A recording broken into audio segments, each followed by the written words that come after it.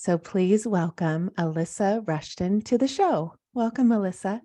Ashley, thanks so much for having me. I'm super excited to be here today. Oh, I am so excited. I know I told you before I hit record that I've really enjoyed learning about you and learning about your story. And, you know, we all have our stories and we all have a reason why we're here and what our purpose is. And when I see your story and where the breadcrumbs have brought you to here, I'm like, gosh, no wonder you had to be 240 pounds and be, all these drugs and, having this really major life transition and near death experience, all these things to get to be able to be who you are today. This, amazing. I mean, I love Magic and Miracles, your podcast. I mean, just the names of things that the words you use are right down my alley. But I want to spend time because your story is so profound, and then we'll work into a lot of the questions that I know everyone listening will love to hear um, your your take on all of that. But when I talk about uncovering your magic, I'm looking at your story, and I think my guess is that you uncovered it when you were 12, when you were in Thailand. That is when I feel like the moment that you had this, wow, what is this life for? What is this soul in this body here to do? Because I don't feel like what I've got to 12 years old is the truth. Am I right? Can we go there? You nailed it. You're so intuitive. You're so spot on. Yeah. I was in Thailand and I was on a religious trip. And I remember, I was brought up in the Christian religion and I was told if you don't believe this certain way, you are definitely not getting into heaven, and you've got to have the Bible and you've got to believe all of these things. And so I was in Thailand. And these people were just amazing, soulful people, beautiful. You could just feel the energy of love radiating from them in every part of them. And so I remember going up to the pastor who was with us and I said, Pastor Baker, you're telling me that these people are not getting into heaven because they don't believe in Jesus. And he said, that's right. And it was at that moment, Ashley, you're so right, that I thought, I don't believe in anything that I've learned so far is true. I was having massive, what they call cognitive dissonance. Mm-hmm. And I could see there was such a different frequency of life that we could tap into if we wanted to. And then the next years of my life were a journey of going the opposite direction of being so spiritually steeped, because I found that I started running from spirituality and religion. Instead of running towards my source, I ran away from it because I was having such a break with what I had been taught for so many years. Right. Okay, that's where I get missed. That's a mix up for me, because you dropped out of school. You ran away when you were 14, Yes. and now you're going on to this different. You're doing drugs and smoking, and you get a job, and so I guess that was my disconnect, was to see where you came. Like, you had to go through all of these little steps. You got married because I know that he found you on the toilet. So Yes, my so husband. Yeah. will you go through that? Because when you realize that you woke up that day when you were 12, like, this is not right. This does not feel right. And then is it because you felt like you were fooled the whole time? Like, now I'm so, like, forget it. I'm just going to go down this dark road. And what was that? Yeah, it's interesting. It actually had it had a lot to do with my home life and my family life. And I, as a being, when I came into the world at a very early age, at 7, I heard I'm going to be some sort of a teacher and teach. And I heard religion, but at the time that was my only frame of reference because I was 7. So I always had thought that that was my path and my trajectory. Okay, wait. When And you were 7, you heard it? Go there. What do yeah. you mean by that? Well, I was My mom raised me with the Silva method. So Oh, she taught me when I was 5. I can remember her teaching me how to go into Alpha State and get the messages and work with my oh, guides and all of that. And so when I was 7, I had just been to this church camp, and I came home and I literally, my clairaudience was really strong back then. And I heard, you're going to be a religious teacher. And I think they told me religious teacher because that's all I could have the right. context for, right? Please, by the way, forgive the sounds of Hawaii. We have some, we have Hawaii sounds happening in the background if Oh, you can I hear them. love Hawaii sounds. I can have them Right. all day long. um, so, so yeah, so I heard that when I was 7, and then fast forward, getting raised in the church, and I sang for our church group, and I can remember being on stage with the Bill Gaither Trio in front of 10,000 people in the Portland Memorial Coliseum back when it was called that. Getting to sing and doing this life very steeped in the church, and then when I came back from Thailand, life was changing pretty rapidly for me. My parents had gotten a divorce. We moved our living situation. So it wasn't just a family unit anymore. It was my mother and her extended family. And that living situation was not ideal for me. And I can remember at 12, I was kind of a make my own way in the world. And I wanted to have things in my life. I wanted to have clothes and the things that I wanted. And we were not a well-to-do family. And, my mom's just gotten divorced. So I decided to go pick berries in the berry fields with the migrant workers. And my uncle at the time bet that I wouldn't last 3 days. And I think I worked in that summer job for a couple of years until we moved again. And that next move was what really took the hit on me, because now you're a teenager. And when I moved, I fell in instantly with a bad crowd of kids. I had always planned on going to Harvard Oh, College. I wow. was kind of setting my sights on that. Um, one of my mom's coworkers early in life, before I was ever born, I had just been conceived, and he told her that she was gonna have a daughter, and he predicted my name and how I would look, and he was very accurate. And he said, you know, what I was gonna do in the world was gonna have a lot to do with setting the legal system straight. So I had always been told, like, Hmm, you're gonna be focused on the legal system. So I thought, well, if you're gonna be a good lawyer, you got to go to Harvard, right? right. So then fast forward, I'm 14. My mom needed to buy a house. She was in the place where she really did need to get a home for her and me and my stepdad to be. And so what was used for that was my college fund. And at 14, you don't understand that there's other ways to get to college. There's other ways to get to Harvard. But at 14, I heard that my college fund had been used, Hmm, and I was devastated. And I thought, well, this is the end of everything. I'm certainly, I'm not having fun in school anymore. One of the pieces of that was I'm an autodidact, so I love to teach myself. And learning at the pace that school was going was not working for me. hmm. So it ended up that I was not doing well in one of my classes, and I went to the principal and I asked, would you please move me out of this class? I'm not doing well, and I feel like I could do much better in a different class with a different teacher. And the principal said, no, I'm not going to move you. And so I said, well, I'm not coming back to school. And the principal said, well, you have to. And I said, watch me. Oh, So funny. I did. So I went out on my own. I left my home. I decided to make my own way in the world. With your mom knowing. She didn't know at first. Yeah, she didn't know at first. I went on the lamb, I guess, if you will. There was a Oh, lot fun. of nights where she did not, she didn't know where I was, but I set up camp for myself. I set up my own place to live, and with some friends, and I just started making a go of it, and I got myself a job, and that was the start of me really doing things really differently in the world. And I think, kind of similar to Wayne Dyer, we're learning that self-sufficiency, really learning that self-reliance on the self. And so I then kept working and working, and I ultimately got a job in a sales organization for a large, for what do you call it? technology company, cell phone technology company, and I worked my way up in the company, and I ended up being there for many, many years. And I was a corporate employee, and I was a trainer. I got to train all these beautiful business people.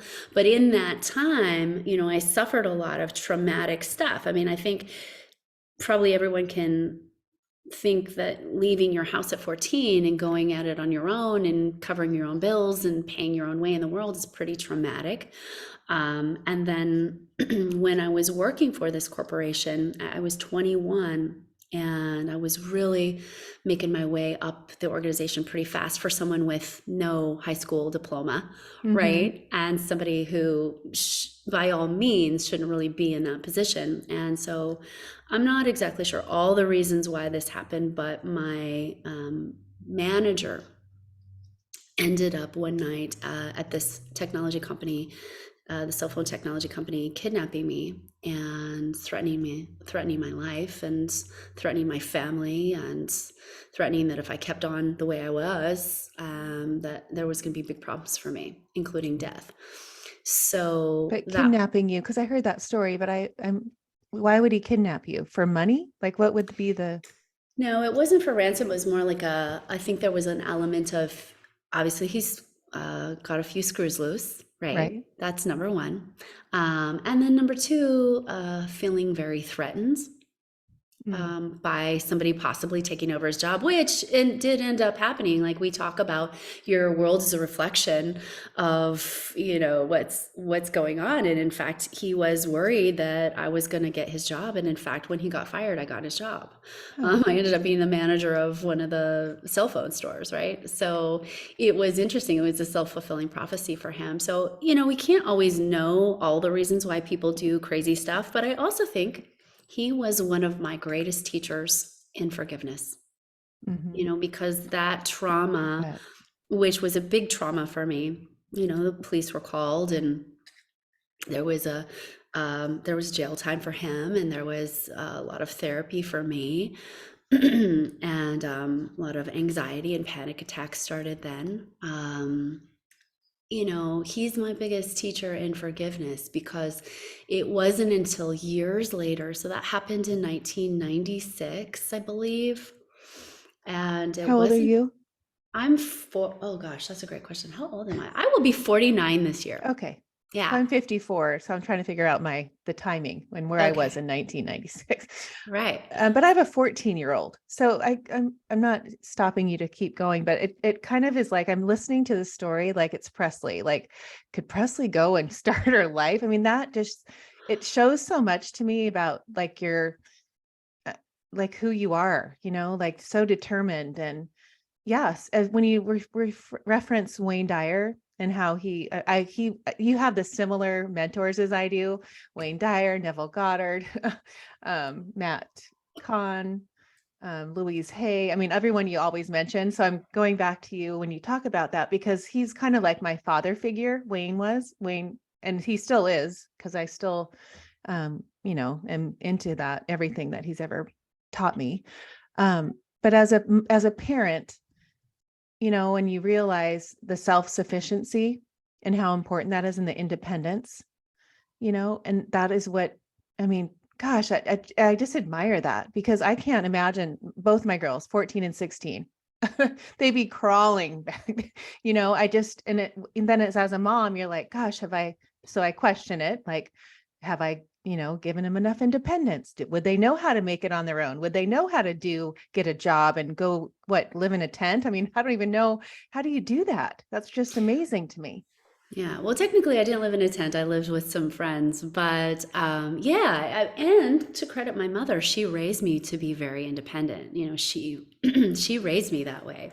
Yeah, So that that's was amazing. that was a big thing. But then looking back, I think too, kind of like what you say, I can't possibly imagine, you know, doing that at 14 and surviving it all and being okay and having enough money. And it was really a testament to some of the things I teach now, which I realized then, now that I was learning, which was how to manifest, how to bring in what you need exactly when you need it, how to really have a lot of faith and trust in the universe, how to have a trauma and heal it and do the core level healing that we as human beings need to do in order to really become a different frequency and to pull out of some of these old ways of being. And so I feel like I gave myself the master class in all Mm-hmm. of that, really and truly.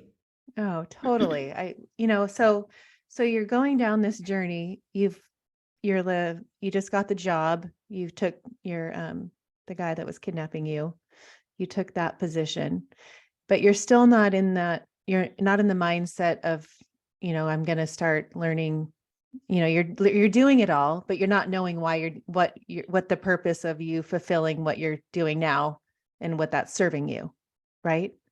Exactly. I had no idea, but I had every idea, but I had no idea. I was taking classes in Reiki Oh, and spirituality. I picked up the Celestine Prophecy by James uh-huh. Redfield, remember? Yes, that was my first book. I loved that. Such an opening book. Yes. And if you guys haven't read it, definitely pick that up. It's such an opening book. And so I was going down the path of spirituality, and then the kidnapping happened, and that sort of sent me off on the rails of not really believing in a lot at that moment. And I was so in the panic of it, and I was so in the trauma of it that I was a smoker at the time, I was a drinker at the time, and I just went more into the pathway of I don't want to think about what's happened. I want to have more Love cigarettes. it. I want to work my way up the corporate ladder. I just push everything I have down, down, down, throw some dirt on top of it, pretend like it's not there, and keep going with my life, right? Right. Have over caffeinate it, over smoke it, over drink it, and overwork it.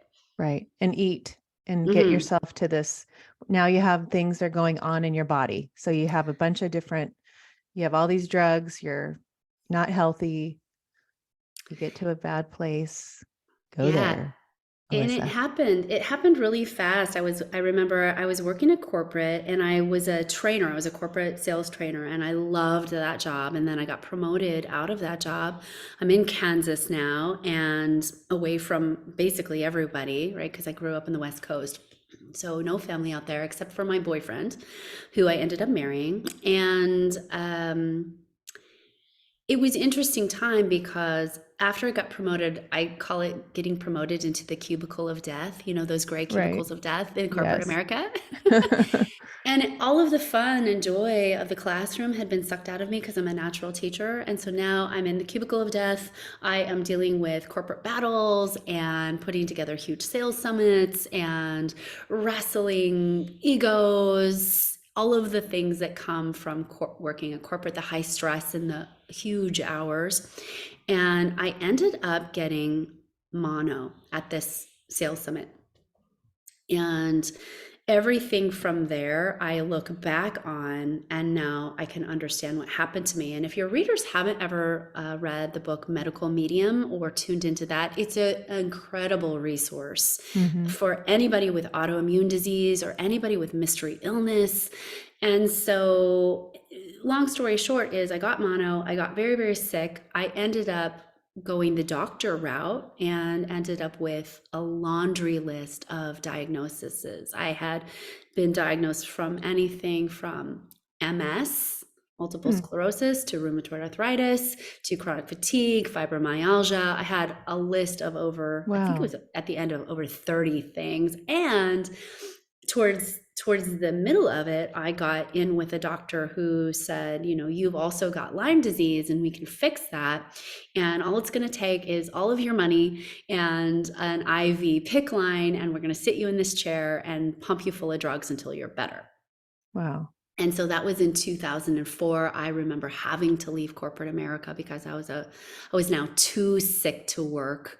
I used a walker to get around. That's when I was tipping the scale a little bit back then, about 190. And once I got my PICC line installed and started doing this hefty protocol, which is basically like chemotherapy only with antibiotics, it started to kill me straight away. It was just the hardest thing, one of the hardest things I've ever done. And I lost my consciousness straight away because they were just pumping me full of so many drugs. And it wasn't until about a year and some later that, my ex-husband now will tell you that I was always kind of on the edge every night because I was so filled with drugs, and I would go and Hmm. infuse in this hospital room for 7 hours a day, basically. And I was a total zombie. I completely, I needed diapers. I just was a mess of a human being. Wow.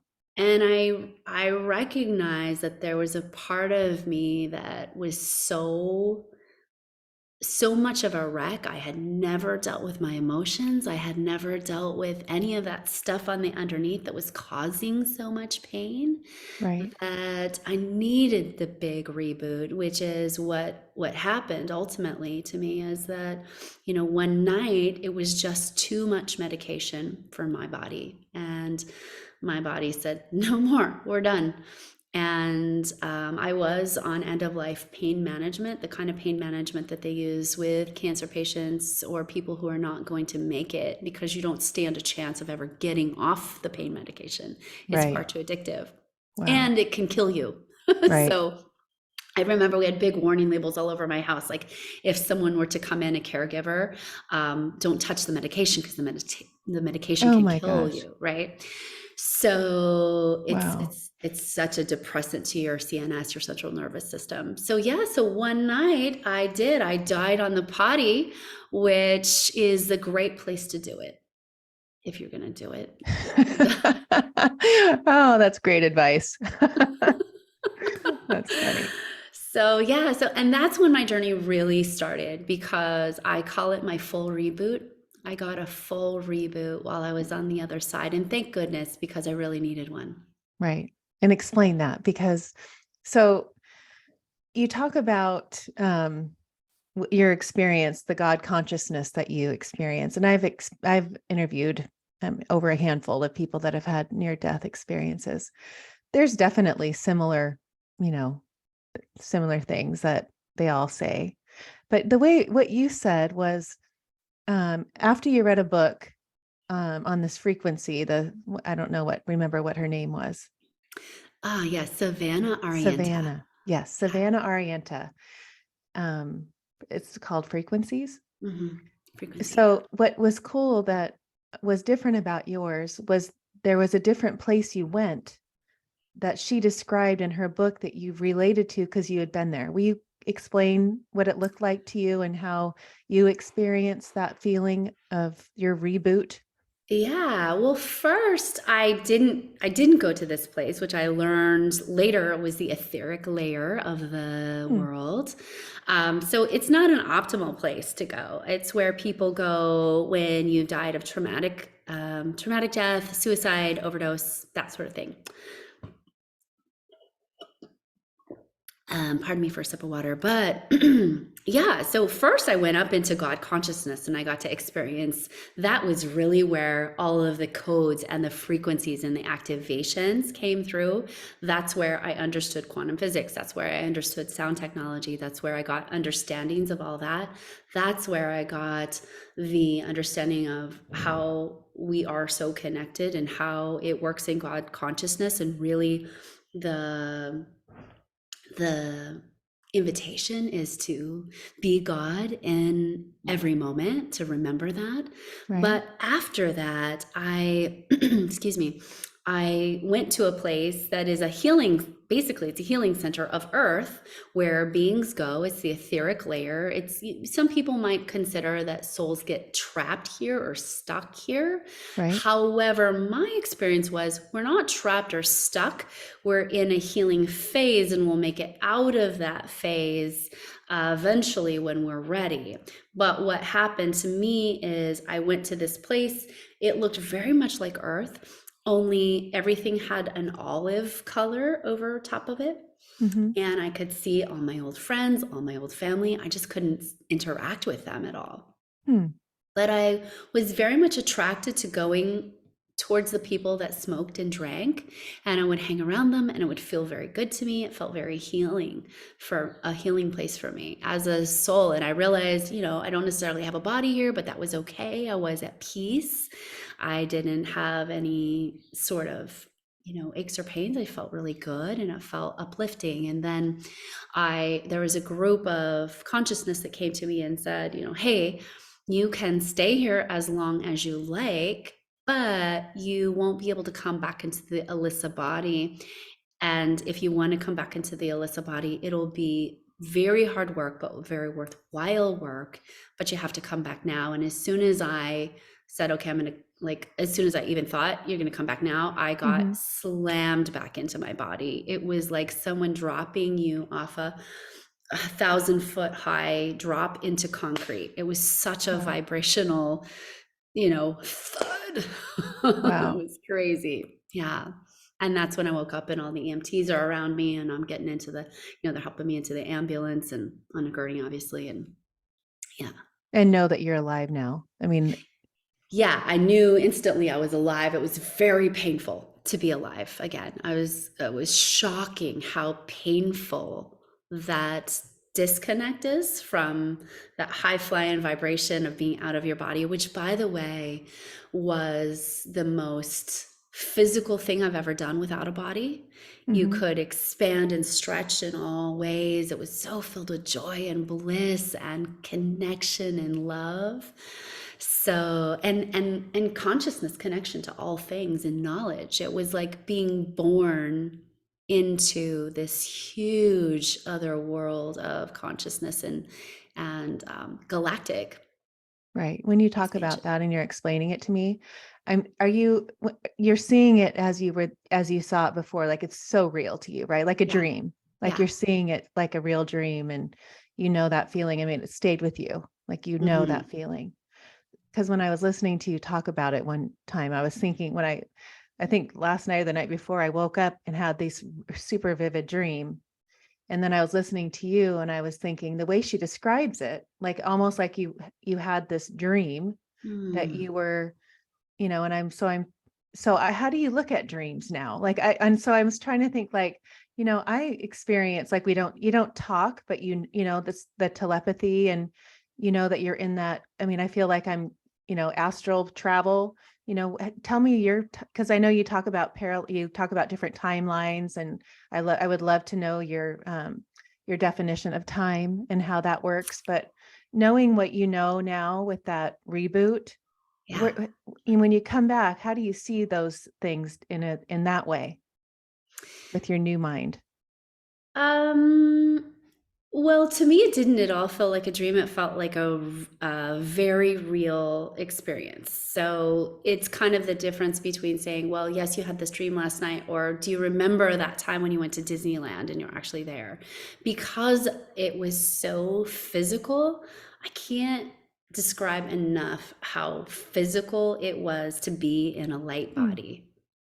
Right? Your light body is still very physical. It just is not with a flesh suit. Right. Right? So it's different, but indescribable, but so physical. So yeah, it doesn't feel like a dream. It feels like a very physical, it's like remembering last Friday, Huh. right? Okay. Yeah, if that makes any sense. Yeah. So when you go on now and you have this, um, now you're going to start to heal, and where's that pivot when you get all, I mean, sort of healed from this near death moment.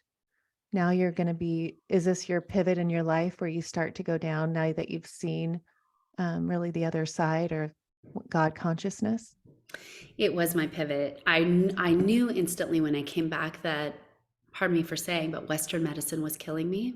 Right. And I had to do something different. It wasn't working at all. And so, one thing that I came back with right away was the understanding that I had to research sound frequency. So, I started using sound frequency right away to help me shift out of where I was. I started right away, cutting back on the medications and, in training myself off. It took me a good 5 years So my near death experience happened in 2005, and it took me till 2010 to get off all the drugs because I was on such Wow. huge levels of gnarly stuff. And the sound frequency, because I you do talk about that a lot. Was it Yeah. because in that experience you just felt that you heard these sounds that you just knew were like a healing? Because I know the megahertz, and I do meditation through certain numbers. Yes. What do you say when you say sound healing? Well, so up there, what they showed me as I went through the layers was how sound creates reality, how sound creates geometry, and then geometry then creates our physical reality. So I got to understand that at like the math level, even, which Hmm. was weird and mind blowing because I've never been good at math. In fact, I can barely use a calculator. Oh, funny, me either. Right. So I understood that. So then when you come back and you get that much knowledge that your brain doesn't have pathways for, you need to research it and ground it in. So then I started researching, well, how can I bring in sound frequencies? What sound frequencies do I need to have? And one of the things that happened over there is all my connections got recharged. So my intuition, my clairaudience, my clairvoyance, my clairsentience, all that got turned on in a way that it hadn't been turned on since I was 5. Hmm. So it just really got supercharged. And I believe everyone has these skills. We just turn them off at Right. various stages of youth, right?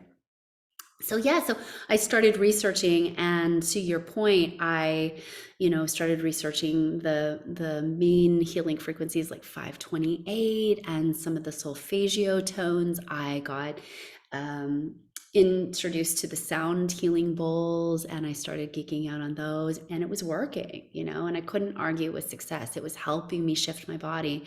And I literally would lay there when I was too sick to do anything and I could barely walk without a walker. In fact, I couldn't walk without a walker much. So I would just lay there and listen to these frequencies and visualize myself walking and running and having this really fit, healthy body. And that's how it started. And pretty soon I started being able to have enough energy to take a walk. And pretty soon I could walk a mile. And, within I'd say about a year and a half, I had lost, well, I think maybe it was 13 months, I guess. I had lost all of the weight, and I've been able to basically keep it off the whole time. I sometimes will fluctuate, but it's been about 120 pounds of loss. So yeah, Amazing. Gosh, I that's lost half myself. I know. But when you talk about the healing and the sound healing and the megahertz and the um you know it- when you go, because I've done the sound baths and I've done the bowls, and and I understand that. I just did an EMF scalar light. Have you heard of that? Yeah. I just did that on Saturday, and it was like, whoa, and I see the world like catching on to all that. It's just this whole shift in our life. I think is just now it's going to take it to the next level, and it's going to be more um, known, I guess.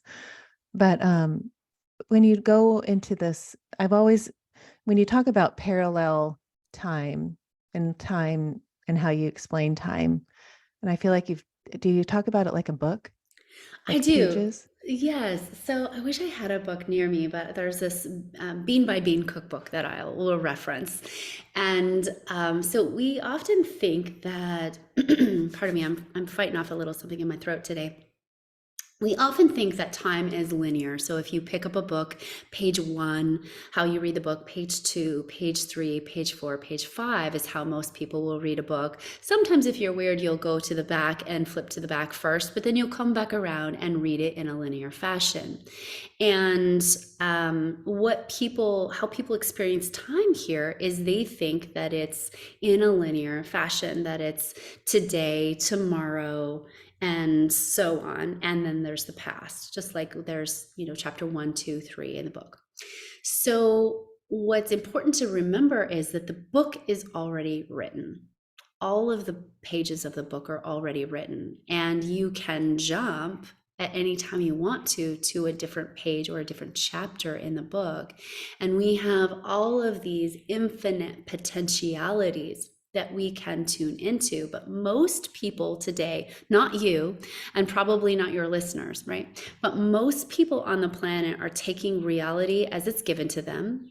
And they're saying, okay, well, this is my reality as it's given to me. And they don't think they can make a lot of changes. And they just have to slog it out in time and space.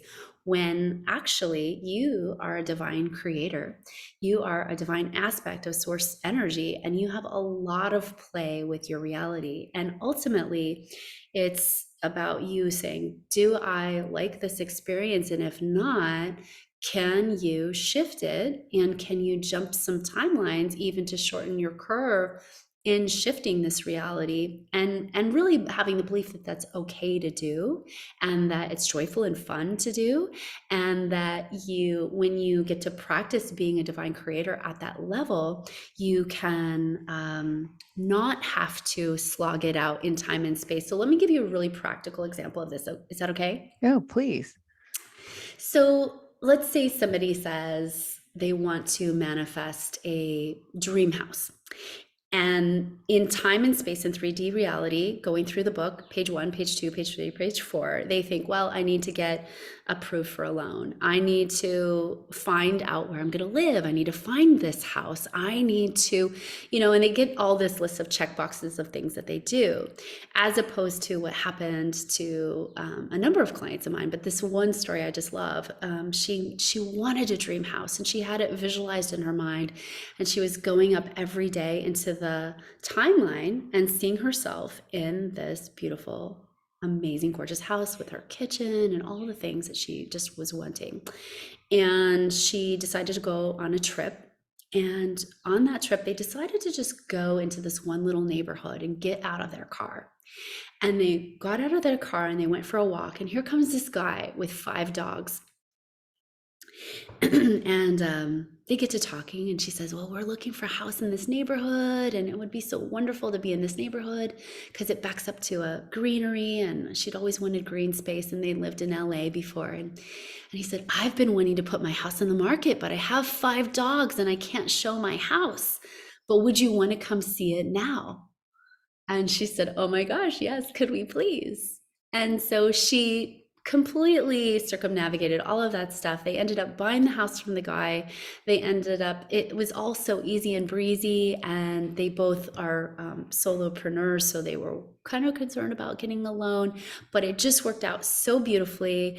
And they ended up getting their dream house. So does that make sense, how we can, in 3D time and space, think it's going to take all this time and planning, and when really, if you pop up into putting yourself on the timeline that you want and visioning yourself there, then the exact right circumstances can come in, like this guy deciding to take that walk with his 5 dogs at that exact time, and them pulling into that beautiful neighborhood at the exact right moment to meet up with this person. And that's Yes. how you can work the timelines. Yes. And I have done that, and I've bought houses like that. I have stories like that, like that. And when you say, when you have your experiences, I don't know what you said earlier today, but it hit me where I thought, when you have those, when you experience those things in life, you are able to teach that. And that's what you've done, because I've had to go through my things too.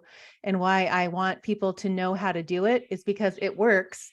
And I have proof, and I can tell you a few stories, or more than a few. And I want to show you how to do it. But what I love about you is you don't talk about manifesting, you talk about creating. And Neville Goddard, you use this. I was listening to you, and I did that today when I was on my walk in the rain, in the dark, in my head when I was listening. But do you remember that, where you're on the beach and you get your favorite, drink, and you're drinking it and you taste it, because your favorite drink is a green juice. And so I was drinking that, my celery juice. But will you explain, because when you're teaching, I agree with you, because people are always using that word so much instead of knowing that we are the creators and we're creating. And I think the way this whole beach scene, it'll probably change. I mean, people are going to hear this and go and use that. That's such a great tool. And I didn't know Neville Goddard did that like for his VIPs. I just love, I mean, I've read all of his books. Oh my gosh, Alyssa, I was so drawn to him, gosh, 25 years ago. I mean, think of those 1920s where what he was doing. And now it took us that long to like for people to like start, it's just so I know there's no time and that's all happening right now. Right. So take it Yes. from tell everybody about this amazing technique or whatever.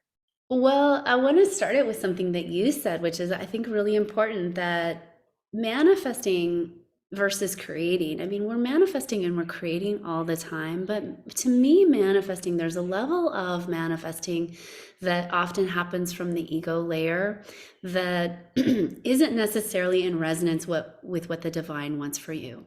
So if you are wanting to create, consciously create, co-create with the divine, your most amazing house. If you're wanting to consciously co-create with the divine, your most amazing business of service, you'll get a lot of support for that. Versus manifesting, I find there's so much out there around manifesting, but it often comes from a denser energetic, if that makes Right. sense. Totally. It's a little harder to deal with, and there's a lot of you hear about the law of attraction and all of that stuff, and typically what happens for most people is they're trying to manifest and they're using the law of attraction, but really what they're attracting is their beliefs. Mm-hmm. And so when you are manifesting at that level, you oftentimes are doing what I call contrast manifesting. So you're getting a lot of what it is that you don't want in your life, versus when you hop up a couple levels of vibration, right? And you just pull up into the consciousness of, what does the divine plan for me hold? And get a vision of that, then you can use this technique, which is a creation technique where you are involving all of your senses. And I'll talk through this in a second, but it's important to remember that ultimately our lives are a sum total of our beliefs and our vibration and our actions. So if you have a really high flying vibration and you're amazing and you're filled with love and light everywhere you go, but you have a belief that you're always broke, guess what? Yeah, maybe your experiences won't be as gnarly as some Right. others with not such a high vibration, but you're gonna have the experience of always being broke, because that's the belief. So this technique I teach is actually a belief buster. So it busts through any beliefs that you may have, and it changes your identity. It's how people go from really sick to really healthy. It's how people go from really broke to really wealthy. It's how people go from really unfit to really healthy and fit, right? So what we have to do is work with your identity on the inside, and how you do that is you bring in all of the senses. So I do this beach scene where I have you relaxing on your favorite beach, and if the beach is not your thing, you could also do it in the forest or someplace else that you find really relaxing. And it's great to think about your favorite beverage. Mine does happen to be a green juice or celery juice. And imagining yourself sipping the celery juice or sipping your beverage and smelling your surroundings, feeling so grounded and safe and supported. And then I like to bring in a couple of your friends, and this helps your identity form. So you bring in two friends or maybe two family members who would really be excited for you and thrilled for you to hear your news. And you're going to give them the news, and you're going to tell them how amazing it is now that you are so fit and healthy, or now that money's not an issue for you anymore, and now that you have all this cash on hand and your business is doing so well, and wow, you pull out $20,000 out of your pocket and you're like, oh my gosh, can you believe this? I have so much money. Here, friend, this is for you because you're awesome and you're amazing. And oh my gosh, you look in the other pocket and you say, here's another $20,000. It's just flowing to me so fast. I have so much surplus here, friend. This is for you. And you just soak in those good feelings of what it feels like to have so much surplus of money, or maybe you soak in the good feelings of telling people what it's like now that you don't have to worry about your health anymore, and that you just feel so good every morning when you wake up and you stretch out your arm and you notice how, muscly it is, or how toned it is, or how just vibrationally lit up it is. And so you walk yourself through that exercise. And if you do that enough nights, you will absolutely rewire your identity. And then what happens is your whole life rearranges itself. Your outside picture you dissolve this timeline that you're on, and you pop up into your preferred timeline. So it can happen really quickly. And I should speak to the dissolving process, because oftentimes that's when people get the most nervous, is when they say, okay, well, wait a second, this part of my life just kind of dissolved right in front of me. I don't understand. And I'll ask them, well, have you been doing this technique? Well, yes, I have. Okay, well, don't worry. What you've been creating is right here. So keep doing it. You have to sometimes let go of the old house before you can move into the new house, right? Or Right. sometimes you have to let go of parts of the self before new parts of the self come in. So it's a bit of a process. Most people aren't to the consciousness level where they can instant manifest or instant create themselves in a different timeline, because it's too jarring to the identity. Some people are, but some people need that space and time through 3D reality for it to make sense to the mind, so they don't have a mental break. Right. Yes. Oh, I love that. Thank you for sharing that. So, speaking of 3D reality, and you talk about the 4D and the 5D and how people think it's a place. And I've come full circle. I get it. Like all the things that you're describing, like I'm living in 5D. I'm not judging. I'm, love and, and I think when people understand like the way you're going to describe this, I'm going to ask you to describe is, we're moving into this. I mean, the earth is shifting. And I was listening to you because you do these frequency energy updates. And you were in 2020 talking about, I mean, it was interesting listening to an old, video of yours in 2020 and what you were explaining. And I was like, gosh, think of what we went through. Think of and I was in my place, like, who was I then? And who am I now? Like, there's a huge contrast. And I look at, wow, that my growth sped up a million times, you know, and it's just like the shift that you talk about within 3D. And I've had people, my podcast, we talk about that a lot, but will you explain your way of explaining? Because you do talk about that quite a bit there. And there's videos on her website that are really informative that I learned. Yeah, so there's lots of different concepts about 3D, 5D, the different dimensions. In string theory, we can prove up to 11 different dimensions, and it's mapped out. And so it is actually a theory that there's all these different dimensions, not to be confused with densities. And so this is oftentimes what people get confused about. There is the law of one. Mm-hmm. Books talk a lot about densities, and so it can get confusing for people, densities versus dimensions. I think of dimensions as if you imagined and I don't know if your listeners will also see this, but for our purposes, I'm going to use this amazing oracle card. If you imagined an ant walking across a sheet of paper or across an oracle card, and the ant was just walking along and it was on the table after it got off the oracle card, if you picked up the oracle card, the ant is basically seeing a 2D view. The ant would think, oh my gosh, the oracle card just disappeared completely. What happened? Oh my goodness. And you just simply picked up the oracle card and set it down on a different desk or a shelf. So at the 2D level, that's what happens. Now at the 3D level, same thing. At the 3D level, you are seeing the world in a very particular way. But when you pop up into fourth dimensional consciousness, which is holding time, then you can understand that time is that whole book construct that I talked about. And I talk a lot about this in my class, Quantum Time Jumping, where I go really deeply into talking about time and how you can work with it. But time is that fourth dimension, but it's a consciousness. So when you have a different consciousness, you're holding a different understanding of what we can do with time. And then up above that is that fifth dimensional layer, and that is even more consciousness. And what's interesting, as you go up in consciousnesses, you get different skills and talents as you go up. So most people in fifth dimensional consciousness, you're having a vastly different experience of the world. There's an idea out there that the third dimensional world splits off, and there's the fifth dimensional world, and there's a lot of different understandings out there about it. But the best way I can put it is, when you are living in a fifth dimensional consciousness, you are having a very different experience right alongside people who are having a very different experience, but theirs is a little harder.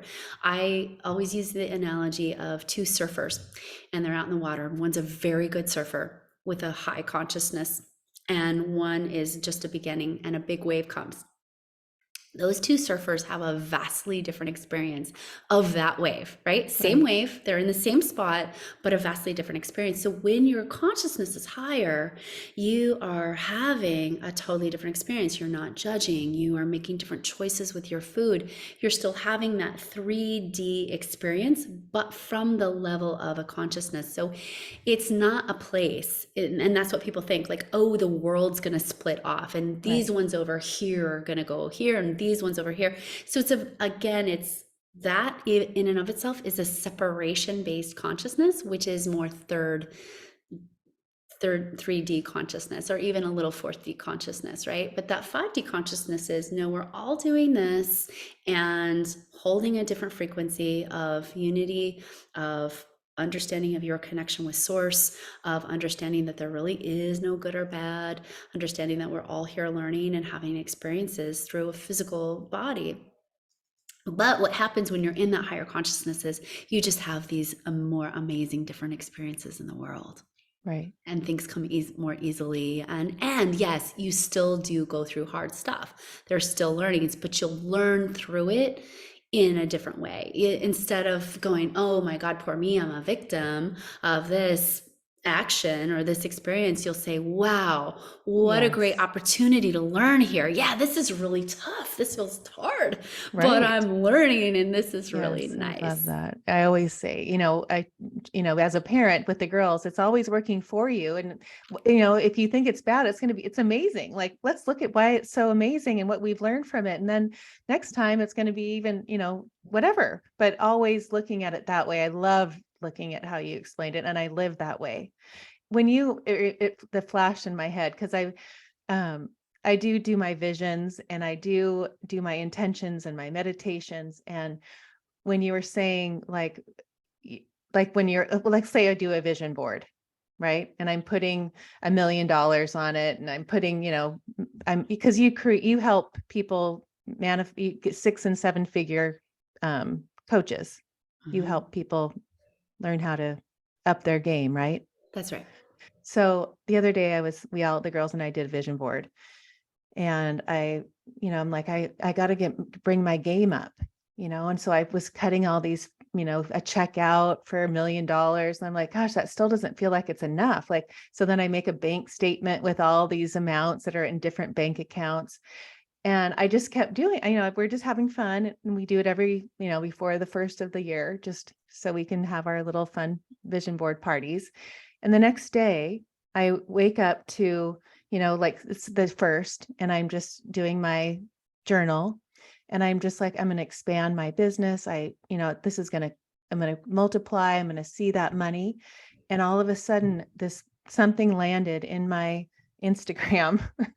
um, and I clicked it, and I kept following through, but I'm doing that now. I signed up for that, and I knew that was right. But then I looked back at my day before and thought, oh my gosh, that's how easy it is. That's what's going to create that. I heard it, and it happened in when I went to bed and woke up, and there it was. It was like, and then but I didn't realize when I was going down that rabbit hole of this is feeling right. This is what I want to do. This is when it's going to help expand my business. This is the missing link.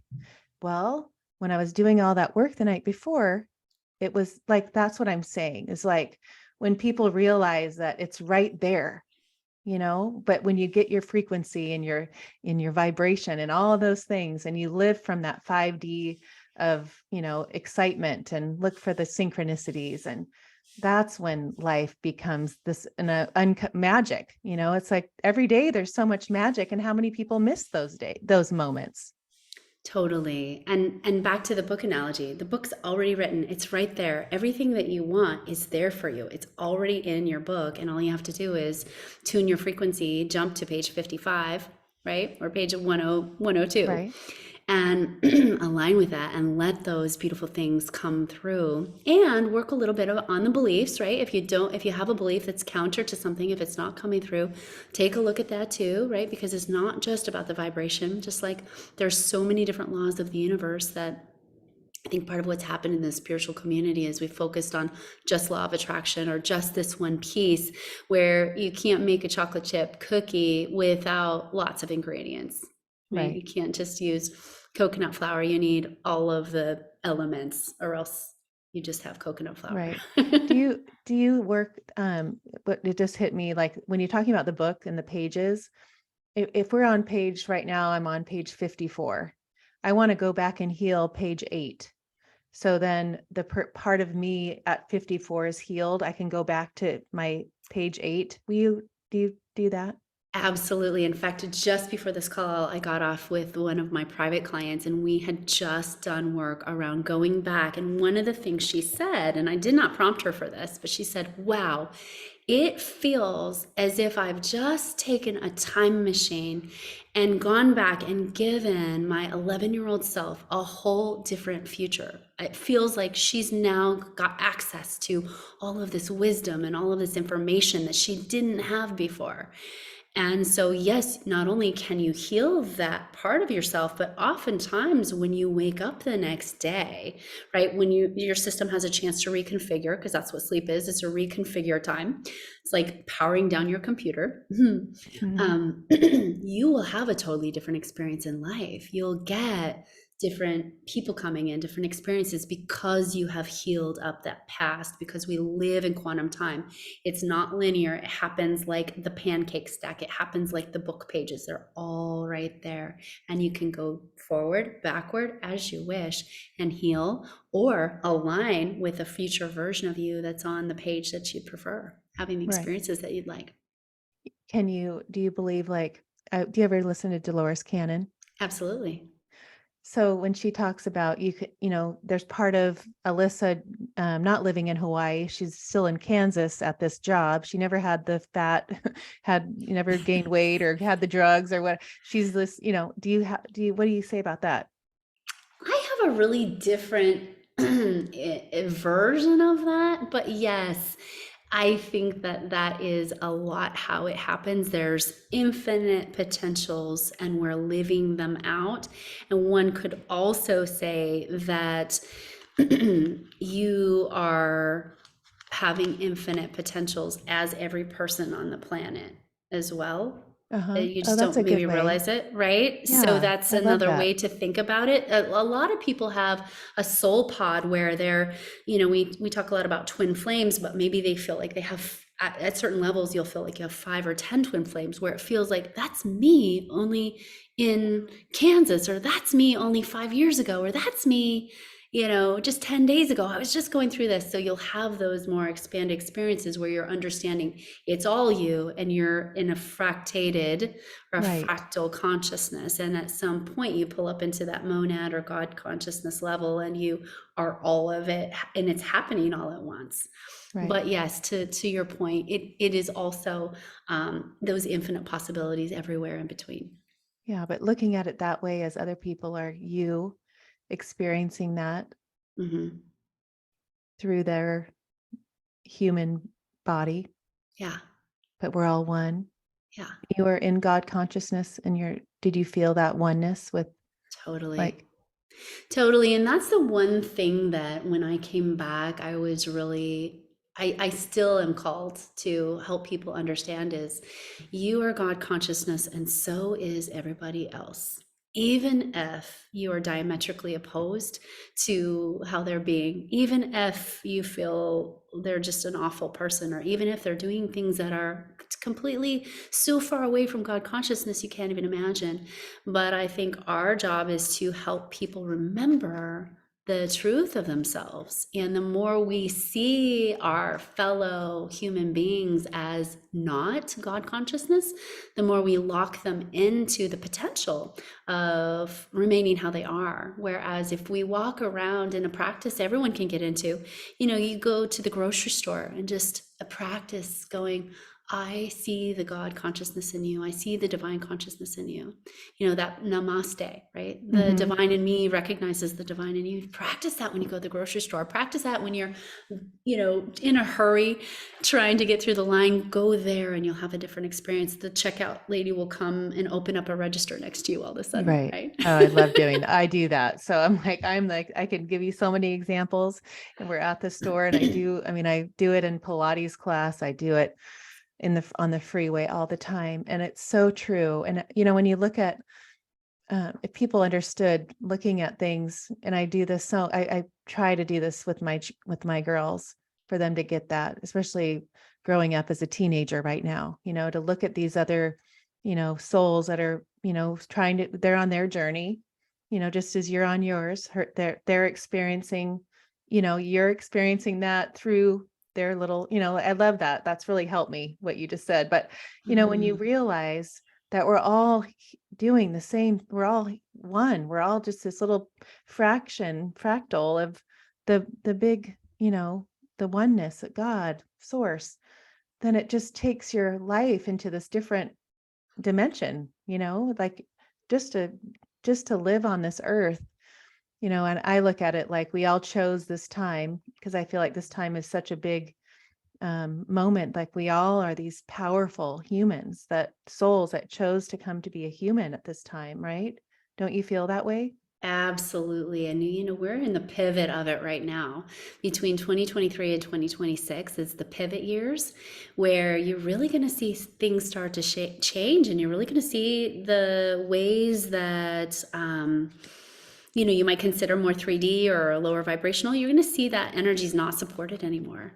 And the more you can attune your frequency to waking up and having joy, the more you can attune your frequency to those new earthy energies versus focusing on what's not new earth, the more you can focus on what am I creating today that's in alignment with the new earth. You will help the planet. And, I've been shown that the only thing that's going to happen is everybody wakes up.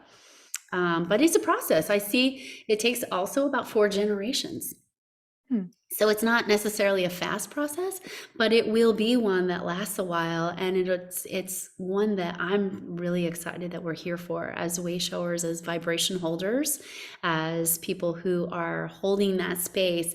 And you're going to see a huge amount of people come online this year. I mean, if you could put a number to how many people you saw come online between 2020 and the end of 2022, what would you say it Oh would my be? gosh.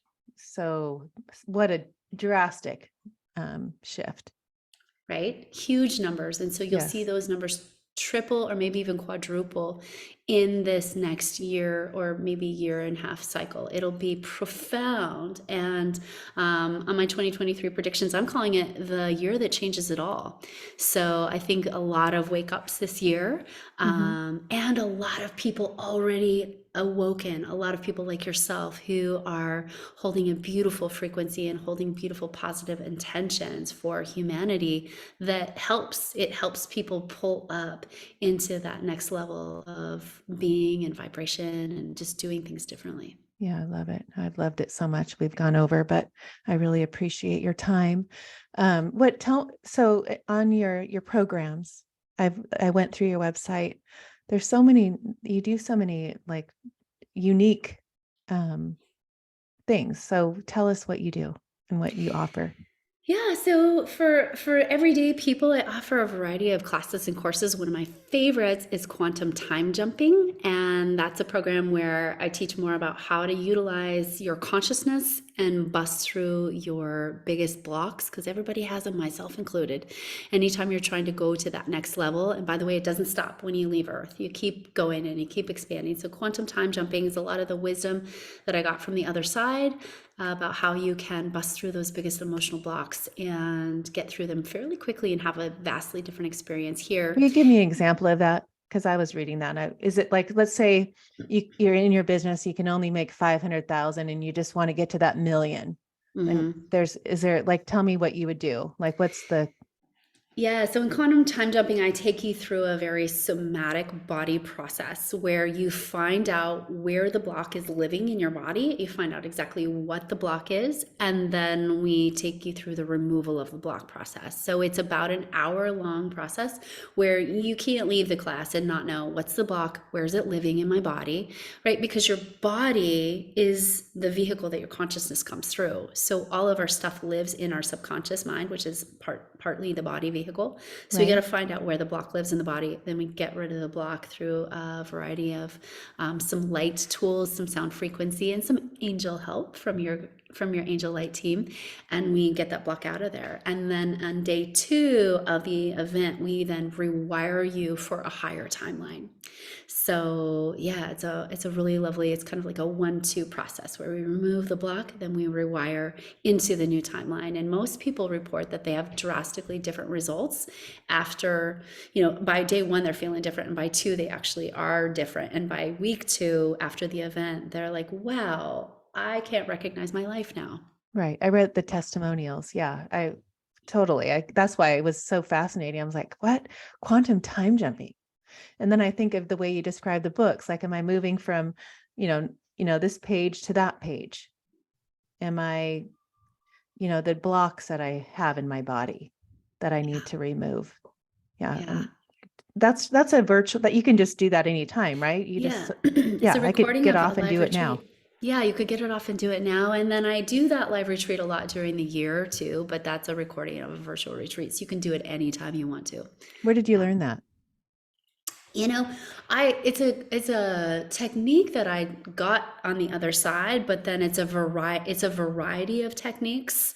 So it's a blend, if that makes sense, Yeah. of multiple things that I got over there that I just kind of put all into one 2-day event. Oh, I can't wait. I'm Yeah. going to do that, by the way. I can't wait. Yay. And what Yay. else? Anything else before we end here? Yeah, and then for the people who are healers, teachers and coaches, I do the Divine Light Healers Energy Academy where I certify you in the healing tools that I use. That, a lot of them are very practical, but a lot of them are wonderful, so that you can help people find their blocks, eliminate them quickly, and pull in that divine light, pull in that frequency, so that you're helping your clients get better results, faster results, and have a more amazing life. Because I feel like that's what we're ultimately here to do, is be different human beings vibrating at higher levels of love and joy and peace and abundance. What, all of that. Where are you going to, like, what is your vision of who Alyssa is becoming? Or what do you see yourself? Or do you just live in the moment and just take on the moment? And That's such an interesting question, because I've always had a vision for myself, but over the last years living in Hawaii has really taught me to be just in the moment and to drop any notion of what I think is going to happen, and really connect daily in with. And I always ask this daily: show me the divine plan for me today. Show me how to be in divine service today. And those are the 2 questions I wake up with every morning in my heart. And I tell you, it puts me in all the right places at all the right times. And it's not to say that I don't have a plan, but I like to live my life from that place, a little less planning and a little more guided life, divinely guided intuition. yeah, Yeah. I've shifted that too. Into that place because, even doing a vision board, I mean, it's fun and we do it because I want my girls to, but it is when doing that, makes you realize, gosh, I wake up in the morning, the same thing, like, oh, I get so excited for the day and what is it going to bring? What am I going to, do to, um, advance my soul or help someone do the same. But yeah, it's just such a different way of it's just it's a free kind of a free feeling, and maybe that's living in 5D and that's how it feels like you're floating because it's like just use me, like do I just want to do what is best for this moment. Exactly, because when you're living in 5D, you can command in what you need at any time. If you need food, you can command in the food. If you need cash, you can command in cash. If you need a car, you can command in the car. And ultimately, we get to take none of that stuff with us. Right. So it's about really manifesting, I think, is mostly about seeing what beliefs you have standing in your way until you can get to the point of divine creator and using that wisely, right? Using Right. that for the good of all. Right. Yeah. Oh, it's been so fun, Alyssa. Ah, Oh, thank you you're so my new friend much. in Hawaii. Yes, absolutely. Come over anytime. Thank you. It's been so fun. And you have a book, right? Or you're writing a book or it's coming out? It's coming out, so it's in the publishing process right now. It's called Get Lit from Within, and it's the process of really turning on that divine light inside of you, and not so much getting lit from Yeah. other ways. And then your podcast. Yeah, I've Not got the podcast Magic and Miracles where you can tune in. I put my recent energy updates out there, and I'm actually getting ready to do a healing series next month, so I'm really excited about that. Oh, fun. Yeah, I've enjoyed listening. And it's even the last one where you did the predictions of the 2023, Yeah. that I learned a lot in that. And about your eating and how the food and the detergent and all the everything that we use in this, right now on this planet and what it's doing to our bodies, right? Yeah, because ultimately your body is the vehicle that your soul comes through. And so, ultimately, if you've got clogs in the body channel, you've got clogs in the divine channel. Right. And this is my last one, I promise. When you talked about the eye of the needle, when there's a clock, what was that? That just hit me. I didn't ask you that. Oh, the eye of the needle. Yeah. So, I'm trying to remember exactly. It's been a while, but basically, to pass through the eye of the needle, you need to be a pretty thin, thin Right. pass through. You can't have a lot of static in your channel, and so many people today have a lot of static in their channel. They're watching things via be it on their computer or on their TV that clog their Yes. staticky. They are putting things in their body that cause static. And you feel it. You feel it. You can see it in people's auras. You can feel it in their energy. But you can feel it when you watch something or you consume something. And that's not to say I don't watch the news. I still actually like to tune in and see what's going on out there. Right. But you have to have somewhat of a filter of what you're bringing into your frequency and how does this make you feel and does it clog your channel. Alcohol, drugs, absolutely channel cloggers. I can see them straight away with clients, Hmm. and I actually don't work with people who do drugs and alcohol because it's such a clogger of the channel. So Uh-huh. it's fascinating to see what clogs that, and as you clean yourself up, as you commit to habits that serve you and the planet, what's really cool is that the more and more people who commit to having these personal habits that serve themselves in terms of being healthy and vital and having a clear channel, that actually also helps our planet. So it's a double down dose Right. of yumminess. Right. It only takes one person to shift. Like if That's people right. realize that. Yeah. That's All right. right. Thank you. Thank you. It's Ashley, been so thank fun. you so much. Oh my You're so gosh. welcome.